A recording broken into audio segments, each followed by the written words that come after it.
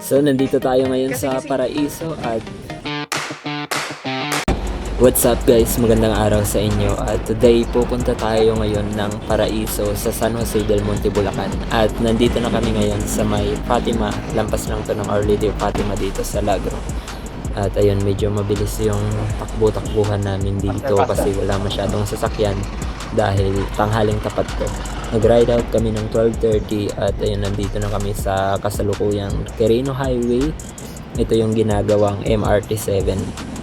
Ayun, so dito sa MRT-7 na to, ang tagal ng ginagawa nito. Kung masusubaybayan nyo yung vlog ko, madalas ako pumunta dito. Doon nyo makikita yung bawat pagbabago dito. As of now, ayun, marami na siyang pagbabago. Medyo malaki na yung difference niya than before. At ayun, so pag rush hour dito, super traffic dahil nga dito sa ginagawang ito. Kaya pumupunta kami dito mga alang-aning oras. At ayun, nandito na kami sa may Amparo banda. Ito na yung Petron. At ayun, medyo mabilis pa rin yung takbuhan namin. At ito dito, yung part na to, ito yung sa may MRT-7 depot, ginagawa dito sa gilid. Ayun, lagi tong tubigan dito or matubig dahil nga siguro may leak dyan yung may nilad, pero I'm not really sure kasi kahit maaraw matubig talaga dyan. Mabuti na lang nung araw na to naka-fender ako kaya medyo safe, hindi na dumihan yung jersey ko. At ayun, so tuloy na tayo. Ayun, nandito na tayo sa may San Jose del Monte, Bulacan. So, yung boundary kasi dito, yung tulay mismo. So, ayun, kakalampas lang natin ng tulay. Dito, medyo nagkaiwanan kami dito dahil sira nga yung kalsada mula dyan sa may Pangarap hanggang dyan sa may, bago magtulay. Kaya, super traffic dyan. At ayun, naiwan pala ako ng kasama ko. At doon na kami nagkita sa mismong, Paraiso. At ayun, nandito na ako sa may Altarasa. Honestly, naghintay ako dito ng medyo matagal, mga 15 minutes siguro hinintay ko siya dito. Kaya huminto ako dito kasi akala ko nasa likod ko pa siya. Pero ayun, wala na pala. So,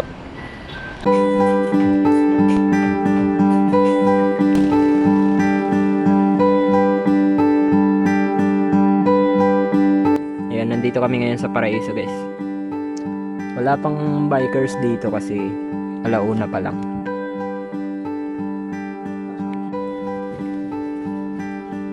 And so guys, uuwi na kami. So paalam, Paraiso na.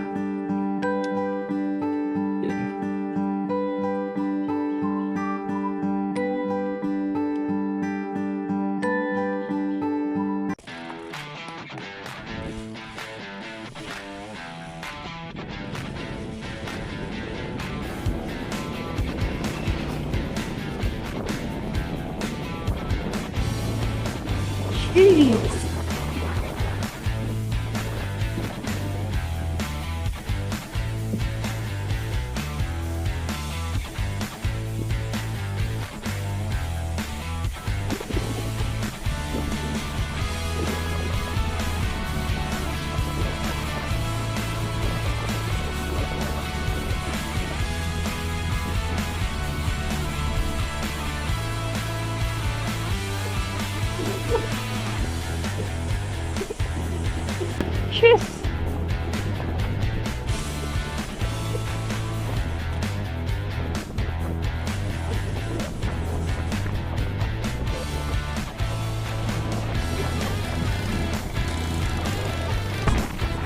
Iyon, so pauwi na kami galing ng Paraiso. Sa part na to, hindi ko na puputol-putulin yung video para malaman nyo kung paano pumunta dito.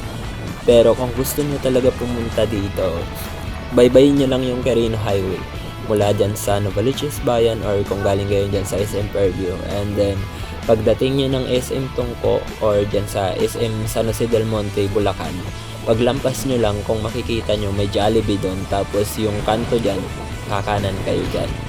Tapos pagkanan nyo, pagdating nyo dun sa dulo, may ospital doon, kakaliwa kayo.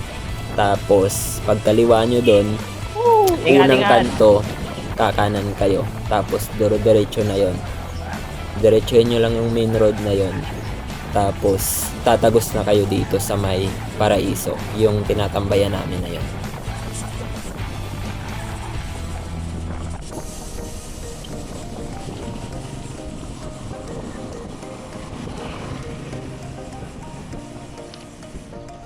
Yun, so nandito na kami sa baba. At anyway guys, kung hindi nyo pa rin natandaan yung mga sinabi ko, pwede nyo akong i-follow sa Strava, Clark's Vlog. At andun lahat ng mga pinupuntahan ko. Pwede nyo tong sundan, search nyo lang Paraiso. Ayun, lagi kong Paraiso yung tinatype ko dun sa Strava or ginagawa kong title sa ride ko. Anyway, nandito na kami kila ate at magpapalamig lang muna kami dito Ala, bago kami nadumihan. umuwi or magbubuko juice muna kami. Ayun, so after ng buko juice namin dito, madali ang pauwi na rin kami dahil nagmamadali kami, baka abutin na naman ng ulan. Thank you po.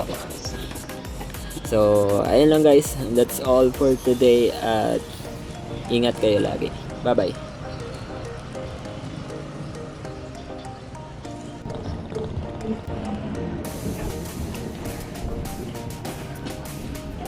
Ayan, so nagbuko lang kami doon kay nanay tapos tuloy na kami dito. Pauwi na kami pala guys. Ayan, so paglabas namin dito, pag diniretso mo to, papuntang Santa Maria, may daan dyan. Pero, dito, kaliwa kami.